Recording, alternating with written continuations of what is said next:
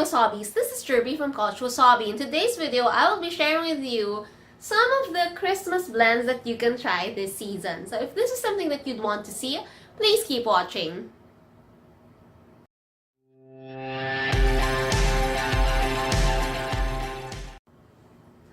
Alright, so as much as I love Young Living, I think isa lang kasi yung Christmas blend ng Young Living. And it's only Christmas Spirit. So, here it is. And here you go. So, this is Young Living's famous Christmas blend, which is comprised of orange peel, cinnamon bark, black spruce leaf oil. Tatlo lang pala. Let me just take a whiff and share with you how I feel about it. Okay, so this is like your classic cinnamon-based Christmas blend. And this is super mabenta this Christmas season. I actually had this since last Christmas pa.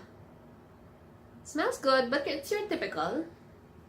So if you want to try Young Living's I think this is the only Christmas blend, you can grab your hands on Christmas Spirit and enjoy it this season. Put it on your ER this month and enjoy.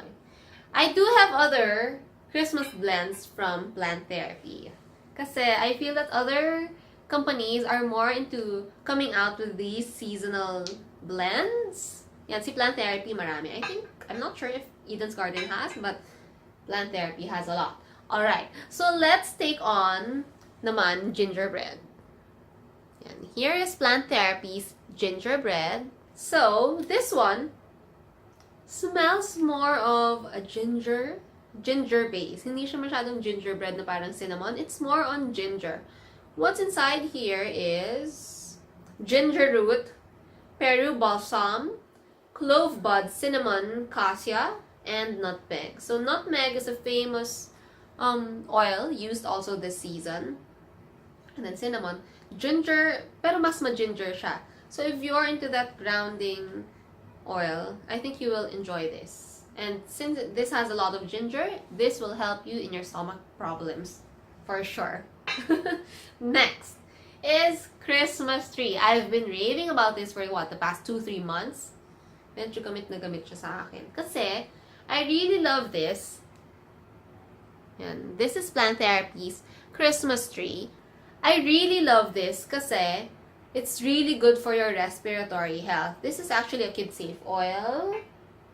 Etong gingerbread is not. But, ito. Plant Therapy is a kid-safe oil. So, it has fir needle and spruce in it. Dalawa lang ingredient niya. And it smells good. But it smells like Vicks. Amoy Vicks siya. So, it's a really good oil or a really good blend for respiratory support. I remember, I think that was in September, I had a really bad cough. Tapos, as in super, I diffused this oil plus LME nightly for 4 nights. And sobrang napabilis yung recovery ko from that cough. So, since then, I've been like telling my friends about this blend kasi it really helped me and it's not that expensive. Tapos nag-sale pa ito noon. Well, this is already phased out. So I don't think you can get this anymore, but if you have it, it's really good. I mean, good for you kasi you've had your hands on it before it went out. So this is Plant Therapy's Christmas tree. Kung hindi ka nakaabot sa Christmas tree, don't forget kasi we still have winter wreath.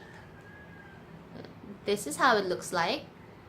Yan. So, yung winter wreath naman is actually an improved version of Christmas tree. Christmas tree kasi feels or smells a lot like Vicks. So, I think marami siguro nag-complain. Medyo may Vicks siya. But don't worry, kasi we all have winter wreath. This smells so much pleasant. Parang sweeter, nicer for diffusion. Kasi pag ito, the Christmas tree, to me, sometimes smells bad after 2 night. Kaya hindi mo naubos yung diffuser, yung water sa diffuser.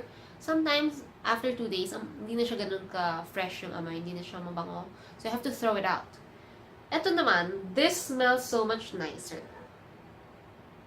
And it doesn't go like that. Parang, mas maraming times mo siyang pwedeng i-diffuse if hindi mo nauubos.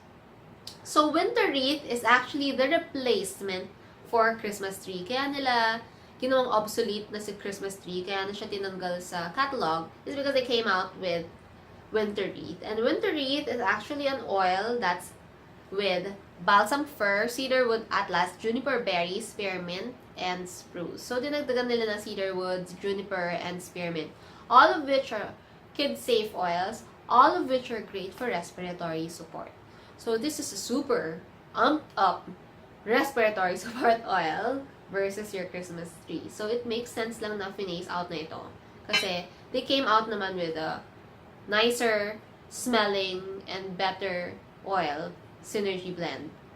I've tried diffusing this last night just to experience it, and it's really, really good. It smells so good. And since it has spearmint, dun yata nanggagaling. I'm sure dun nanggagaling yung sweet smelling niya. It smells good. I love it.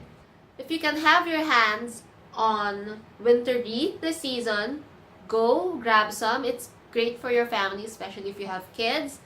Especially if inuubo sila because of the weather change. This is a good oil for you to keep in your stash. And I think this is not that expensive. You can also try this.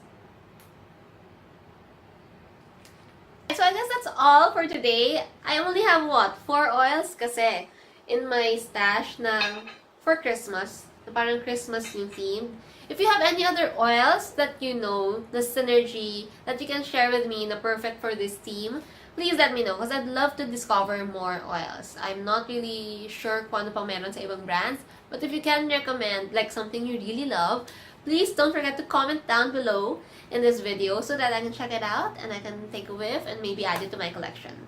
Anyway guys, I hope you've enjoyed this video. Don't forget to hit thumbs up and subscribe to my channel. Don't forget to follow me on my social media. I'd love to see you there.